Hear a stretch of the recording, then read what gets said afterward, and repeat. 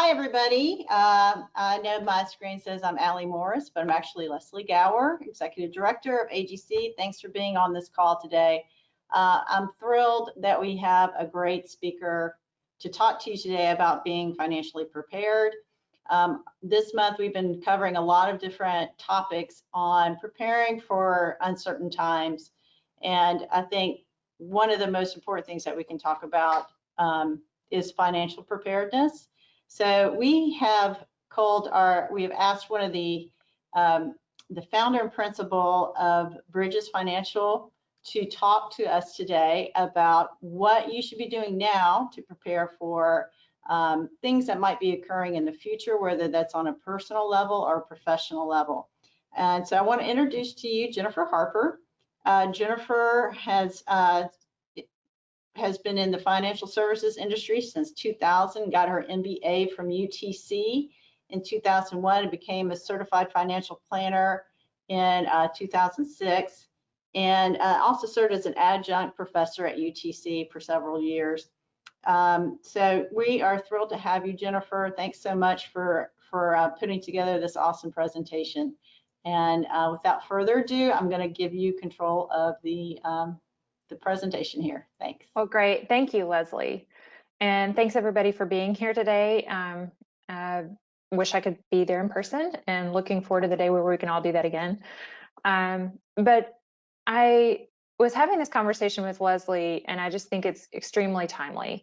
A lot of our clients at Bridge Financial Planning are business owners. And what I've found in working with business owners, or even manager level folks or people, there's a big gap sometimes between the information we share for financial well-being or financial preparedness between personal financial habits and business financial habits. And for business owners, we all know that those two things combine in interesting ways all the time. So the more successful my business is, the more successful I will be financially, personally. And also the more financial flexibility I have in my personal life, the more I can invest into my business if I want to. So these things are very, very connected in ways that oftentimes aren't talked about in a consolidated way for typical financial planning, because it's generally, the more typical scenario would be somebody who has a corporate job and has a W-2 income, and they have a full set of employee benefits, and that's great, that's wonderful. But there are just some other considerations we need to take on board as business owners, or in people that, as people that have maybe that dual function of being responsible for business financial performance as well as our own personal finances. So today is just going to be talking through maybe it's just some tips and things that we can be thinking about in different ways. And the very, very first thing that I would say is financial stress is consistently linked as one of the very top stressors for people here in the United States. And I feel like we're in this weird time where we're probably having a little bit of a trifecta in terms of we're feeling financial stress personally, we're feeling work stress, just nothing's quite back to normal, nothing feels normal right now. And then personal relationship stress. I mean, I'm personally very thankful that I actually like my husband, but I cannot tell you how stressful I think the last few months would be for anyone who doesn't. So I think, we're all in closer quarters and closer contact with a lot more people. It's a recipe for stress. So, for business owners or managers, these things are overlapping even more, because we may be looking at, I know Leslie has shared with me some of the questions and concerns the membership of AGC has talked about, and in terms of what does the economic impact look like for the pipeline for contracting going forward. And I think a lot of businesses are having to look at this in a new way. We're all saying, what does this look like 3 months from now, 6 months from now, a year from now? How can I best prepare myself to make the most of whatever situation we find ourselves in? So, these are financial stress is always listed as one of the top, but I would say in times of financial crisis or stress or economic and certainly health issues are all going to ramp that up. So these are just some good ideas anyway. So what's very, very interesting to me from a personal financial standpoint is, if you ask people what they do to manage their personal finances, they'll jump to talking about their budget. And budgeting is very, very important, and that's great. But it's interesting if you ask a business owner, what they look at and how they, what financial reports do they look at on a regular basis to determine the health of their company financially. They're going to talk about their cash flow statement, their income statement, and their balance sheet, because none of those three on their own is going to tell the whole story. And I'm kind of on a personal mission to make that true for personal finance as well, because it's true there too. So an income statement is absolutely important. So that's your budget in your personal financial world. So income minus expenses, hopefully you've got a little bit left over. If you don't have a little bit left over, then that kind of triggers this whole domino effect of nothing else is going to happen. So that is a great place to start. But another thing that I would point out is your net worth statement is very, very important. And that's similar to a business's balance sheet. So that's where you say your assets minus your liabilities. Your assets are going to equal your liabilities and equity. You're going to look at all of that together, right? So a lot of times one common mistake people will make is they'll put like a mortgage payment in as a liability, and a mortgage payment is actually an expense, but the actual mortgage balance due on the remainder of the whole entire mortgage, that would be your actual liability. But then you get to also put the whole entire value of the entire house as an asset. So, and the difference between the two is your equity. If we started thinking in terms of running financial statements for ourselves the way businesses do, I think it would give us a much better and fuller picture of what's happening financially for us individually than just a budget would alone. And then this is something business owners are probably very familiar with, is creating scenarios. What's your best case scenario, your worst case scenario, and probable scenario? And then if you can have triggers in those scenarios to say, hey, if we do really well, if we beat our forecast this year, here are the things that we're going to be able to expand in our business, or here are the positions we're going to be able to hire, or here's the software we would purchase. If we have a worst case scenario, then here are the things that would be the first to cut. And I think having that laid out in a logical way before the crisis hits is a great way to not make emotional decisions during the time of crisis. And I say the same thing to individuals too. It may be a little bit easier on the personal side, because you might say, okay, well, if things get a little tight, I won't eat out as much, or we'll trim back on vacation, or we'll, you may feel like you're a little bit more in tune with what your wiggle room is in personal finance than you are on the business side, but it can be very similar. And then the other thing that we've been talking to a lot of our personal clients about is their emergency fund. In the good times, I can tell you over the last 4 or 5 years, people have not been happy to hear that they need to have an emergency fund, because they think, well, rates on cash are low.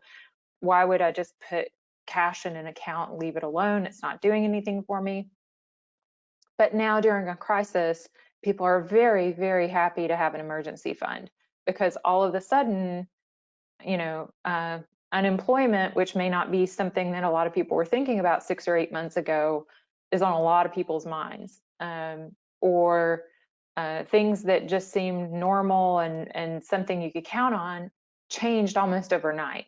So whether it's for business or for personal, I think it's always good to have an emergency fund on hand that just gives you that wiggle room. And it's sad, but I think the reports show that like 40% of Americans wouldn't be able to financially withstand, $1,000 emergency.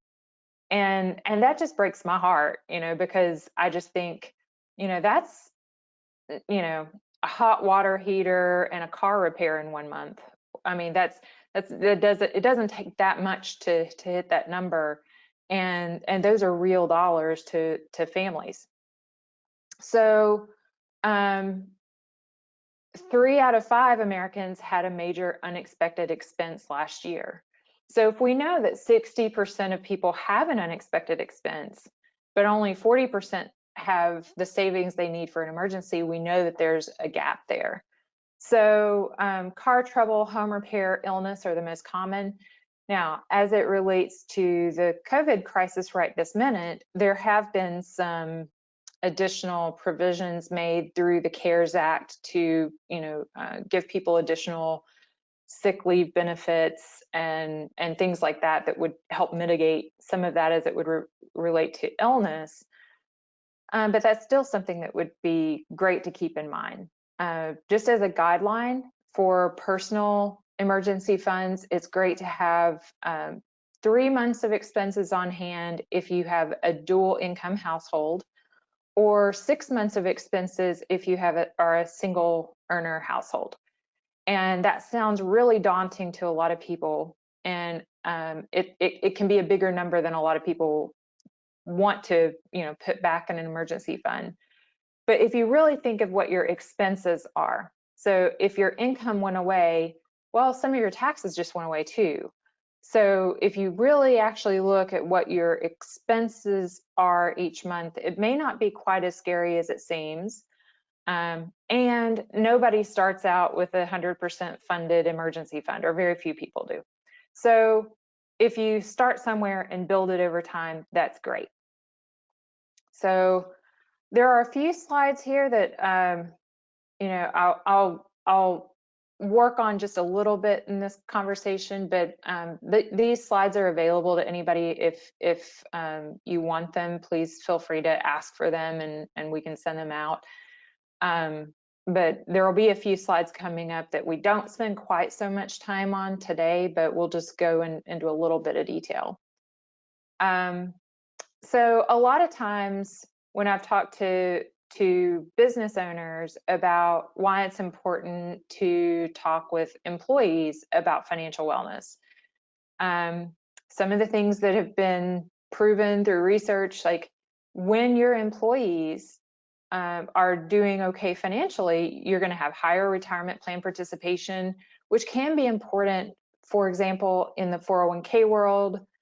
If you have highly compensated employees that are contributing significantly more to the 401k plan than your lower income workers are, you can, when they do the top heavy testing for the plan, you can run into some trouble, and maybe your higher income earners may not be able to participate in the 401k as much as they would like, and might have to back out some of the contributions. So if you've got a workforce that has a lot of lower income workers and then a few people at the top, and those few people at the top are the only ones contributing to the retirement plan, that's where you can get into a little bit of trouble with that top heavy testing. So, if you want that higher retirement plan participation, the other thing is it's very expensive to hire and replace and train a new employee. So anything you can do to reduce turnover is going to be better. So, a lot of times if somebody's in financial stress, they might jump ship to another company for a relatively small raise, and they may not be looking at the total package. And other things like higher morale and higher productivity. If people aren't taking phone calls or stressed about the bill coming up in the next day or two, they're going to be more focused on the task at hand. So these are all things that from an employer standpoint, you want your employees to be financially stable enough to where they can participate in their retirement plan. They're not looking for that small raise and to jump ship somewhere else. That they've got the high morale and high productivity. Those are all things that kind of tie together. So on the personal side, what are some of the things we can do right now? The number one thing, and I put this on business and personal, is communicate. You know, I don't know that everyone's like this, but I personally, I would rather get the hard news. If I have to hear something bad, I'd rather just get it out, get it over with, just tell me.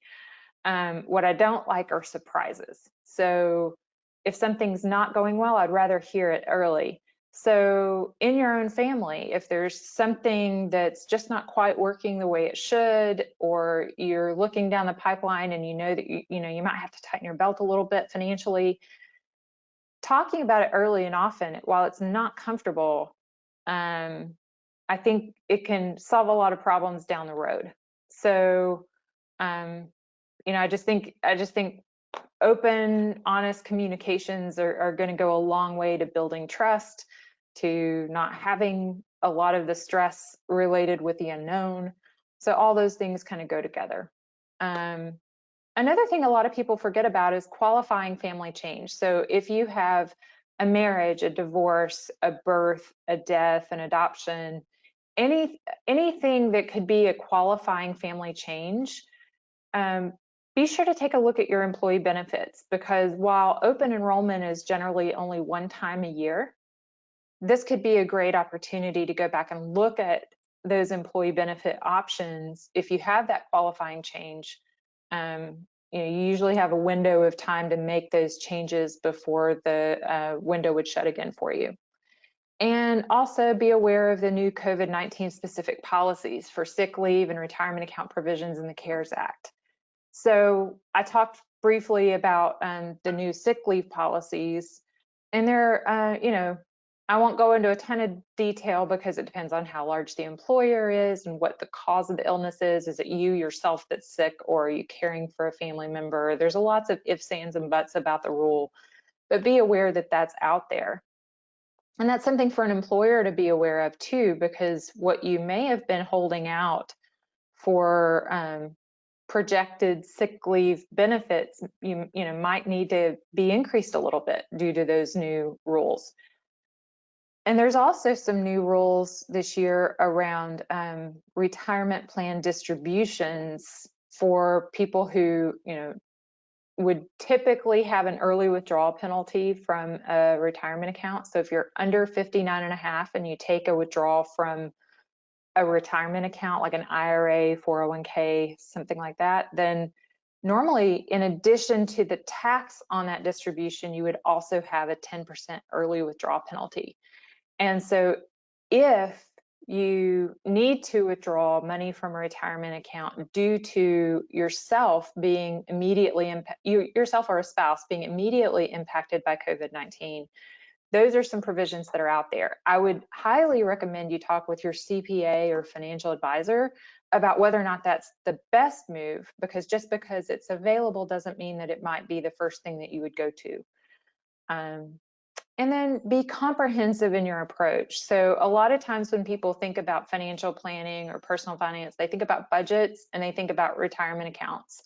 There is so much more. So when we really think about financial planning, yes, it includes budgeting, but we're also talking about insurance, investments, tax planning, education, retirement, estate planning. So even things like insurance, like whether or not you have disability insurance, whether or not your beneficiaries of the policies you have are up to date. Tax planning, things have certainly changed this year in terms of taxes for a lot of people. The delay was, made from April 15th to July 15th for tax filing dates. There's a lot of things going on in the small business world. So for those of you who are small business owners, I hope you've been in contact with your CPA or some advisors that you have to talk through what some of the tax implications are to, if you've taken a PPP loan or an EIDL loan. There's a lot of things that are coming to the forefront right now because of a lot of recent changes.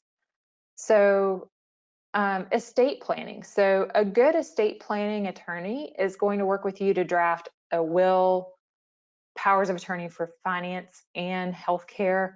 And then also the state of Tennessee has a document for your healthcare directive. And I'm certainly, I don't ever want to be somebody who's spreading fear. And that's hopefully not the point. But, does your family and your doctor know whether or not you have a healthcare directive? Would you be able to get to it quickly? Because that just lets people know what your wishes are. So if it's really important to you that what happens is what you want to have happen, then you need to just make sure that the right people have those documents in hand. So these are some of the things that I'll skip through today, where I go into a little bit more detail around insurance or investments, all the different considerations you might have under each of these topics.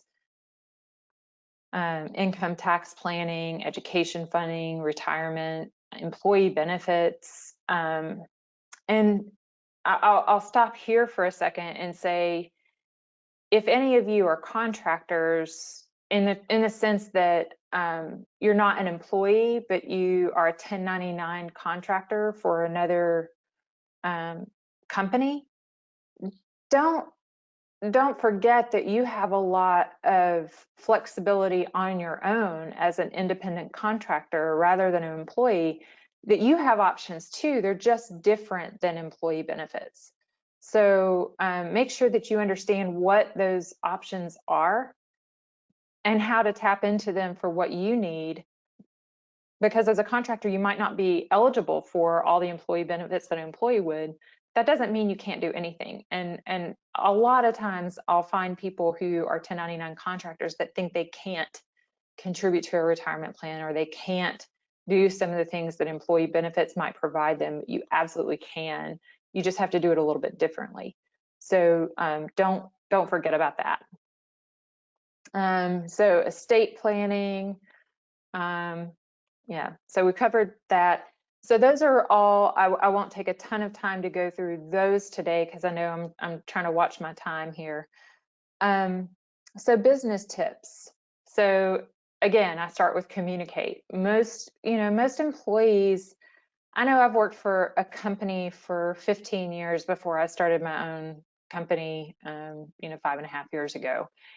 And there's always a buzz around a company, right? There's the water cooler talk, or somebody makes a comment to somebody after hours or after a meeting. And in the absence of news, people will come up with their own ideas. And if you're in business, you know that that's not always, the rumor mill isn't always accurate, and people can come up with a worst case scenario than what's actually happening. So, to head that off at the pass, I think it's just great to have that open communication. And I don't think it's a surprise to anybody that, hey, we're in a recession right now. Hey, unemployment's bad. Things look a little bit differently today than they did 6 months ago. What does that look like for our company? I don't think that would be a surprising conversation for a lot of people to have. Maybe not comfortable, but not surprising. So evaluate the profitability of different products and services. If you have never done this before, I can tell you it's wildly helpful. It can be very difficult to take the time to parse out the numbers correctly and make sure that you're getting the right numbers at the end of the day. But if you know where the profitability comes from, then you can focus your business efforts more on those services or products. I know recently I've got a client who's a second generation business owner, and their proposal forms that they would send out to their prospective clients for contracts for their work, they haven't reevaluated those in like 20 years. They're just like, well, we've just used the same formula, we've used the same process for our bids, and this is just what we've always done. And they've added new lines within their business, they have different number of employees, they have there's a lot of things that have changed within the business over that period of time, but they haven't gone back and looked at that. So if you have an internal financial specialist, even if it's not your favorite thing in the world to do, because I know it's not everybody's favorite thing in the world to do, I think it's well worth your time to sit down with somebody who does understand the business finances and the different reports, and they're really only important to the extent that you can slice them and dice them and look at really what the key drivers of your profitability are. So if you don't have anybody internally, that might be something, your CPA or an advisor who does that kind of work can help with. And this is the time to manage cash flow carefully. I probably don't need to tell any of you that. But if you can talk with your vendors about, if you get into a cash flow crunch, you can talk with your vendors about, hey, I really want to pay this, but can I extend the payment terms? Or maybe you go to your customers and clients and you say, I'm willing to offer you a 2 or 3% discount if you're willing to pay me quicker. So, there's a lot of different aspects. Those are, if you've ever heard the 210 net 30, those kind of terms in a contract, that's exactly what it's doing. It's managing cash flow to try to get your cash in faster. And then you're trying to push your accounts payable out further so that you're holding on to more cash. And then if you do find yourself with extra time and you're not quite at capacity, it's never comfortable. It's never good. But is there something positive you could do at that time right now to maybe cross-train and develop next leaders? I recently really wanted to focus on business owners for clients, and some of the work I've done with some business owners has really led me to understand that succession planning is a real bottleneck for a lot of businesses. So, have you identified that next level of leadership? Have you identified who can cross-train and be somebody's backup? Those may sound like luxuries, but it only takes one key employee to be out to really recognize, what a bottleneck that can be for the company in general. So what would happen if some of the top leaders weren't available to work for an extended period of time, whether they go to work for somebody else or they retire, or if they're ill for a while or injured? Those are all things that, if we can all do a better job of cross-training and facilitating the development of the next level of leadership, then that's going to make your business more sustainable, more profitable, more, everything's going to benefit from that long term, even though it feels like in the immediate term you're taking a step back to take that time to do it. And we can always use a good SWOT analysis. So strengths, weaknesses are internal to the company. So strengths, and what are your strengths? What are your weaknesses as a company? And then opportunities and threats are external. So outside of your company, where are your opportunities? And outside of your company, where are your threats? So I think just, being aware, taking inventory, understanding where your profitability comes. Is there something to rework? Is there something to talk with vendors and customers about cash flow? These are all very, very practical things that may take a little time to stop and take a step back to move forward. But during these times where we just don't really have a clear view of what the next short run might look like, these are some things that we can start to take action on and be, keep ourselves motivated, keep ourselves focused on the long term, because I have absolutely no doubt. I mean, America has been through some really crazy things over our history, and we're always innovative. We're always, we always come out the other side stronger and better. And so I have no doubt that's going to be the case. But when you're in the middle of it, it feels uncomfortable. And I feel like, right now is the time where we don't really know what's going to happen 3 or 6 months down the road. So here are some things that we can do now to be more proactive. I have one employee. She and I are both certified financial planning professionals. These are just some questions. I didn't come up with these. This is actually just, some questions to ask before you work with somebody as a CFP. And then, I'd love to take any questions. If there are any questions out there, or Leslie, tell me how we're doing on time. I think we're right at it. So. Yeah, that was perfect, actually, Jennifer. Thank you so much for sharing that. We will be, if it's okay with you, we'd like to send this recording out to our full membership. Sure. And Yeah. and with that, we will include your contact information if anybody had some specific questions about the presentation. I don't see any. If you have questions for Jennifer, speak now by going to the question box over there on the side of the screen. I haven't seen any questions come through, but people are sometimes shy, or they get questions after they have a chance to think. So, but thank you so much for being with us today and sharing that with our membership. And I know you're right. This is not a fun conversation to have, and it's tough. And people right now, I know that a lot of our members are just going full throttle, getting projects done while they're still happening. So carving out that time in your schedule to do this and to take some inventory on what your status is super important right now. So great reminders, and thank you for being with us today. Well, thanks for the opportunity, and hang in there, everybody. We'll get through it. All right. Thanks, Jennifer. Bye, everybody. Thank you. Bye-bye.